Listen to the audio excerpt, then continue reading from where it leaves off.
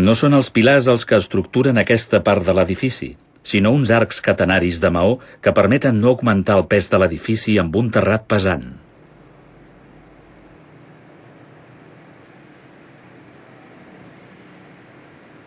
Les grans columnes de maó no tenen funció de suport, són una caixa d'escala. Porta al terrat.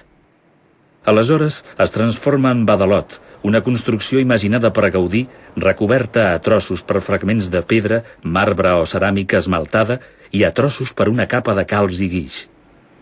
270 arcs parabòlics formen una volta de maons.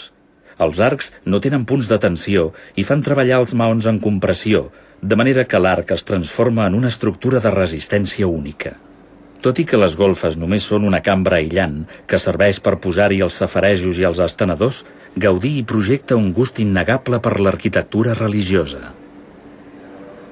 Hi domina una sensació d'unitat, però les variacions de nivell es reflecteixen al terrat, salvades per un joc d'esglaons que segueixen el ritme ascendent dels arcs, perquè, de fet, són les golfes les que suporten el terrat.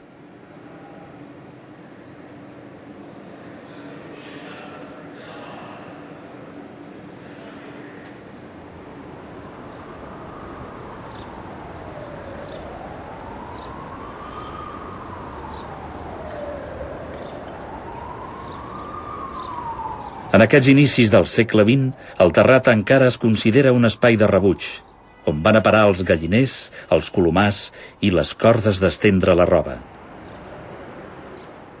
Gaudí vol homogeneïtzar el conjunt buscant solucions entre el ritme de la façana i els acabats del terrat. Ràpidament entra en conflicte amb les ordenances municipals, ja que aquest terrat ocupa un volum excessiu.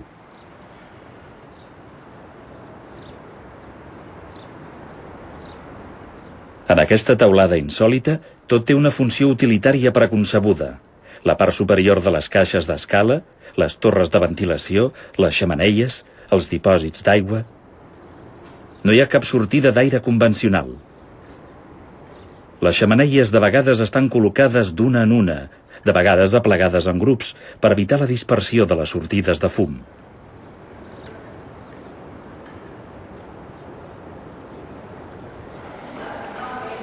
Perquè aquest espai inestable, mòbil, caòtic, esdevingui un autèntic recorregut sembrat de perills, Gaudí, el místic, es nega a instal·lar baranes de seguretat al voltant dels patis vertiginosos.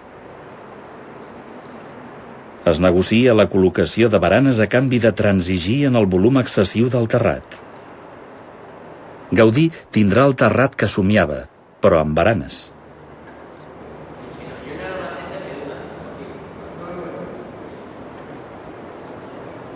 Entre la temptació de la grandiositat i el gust pel collage, o fins i tot el bricolatge, la Casa Milà sembla que navega entre el trivial i el sublim.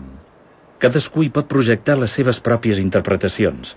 Aquí no existeixen ni homogeneïtat ni punt de vista privilegiat.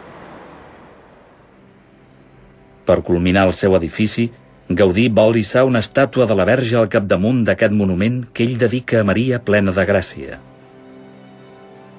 La senyora Milà i el seu marit són molt pietosos, d'acord, però el que ells van encarregar va ser una casa per llogar-ne els pisos, no una catedral. He concebut aquesta obra com un monument a la Verge del Roser, perquè a Barcelona hi falten monuments. Els conflictes entre els senyors Milà i Gaudí adquiriran unes dimensions que arriben fins als diaris satírics.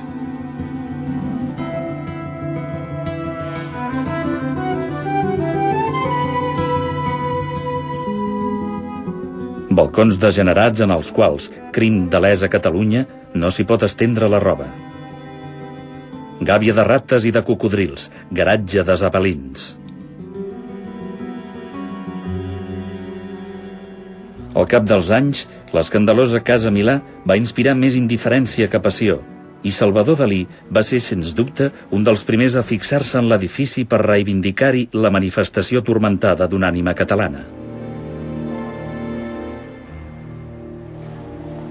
Gaudí tenia 58 anys el 1910, quan, furiós contra els promotors, entra per última vegada al laberint inacabat de la Casa Milà i abandona l'obra abans que estigui acabada.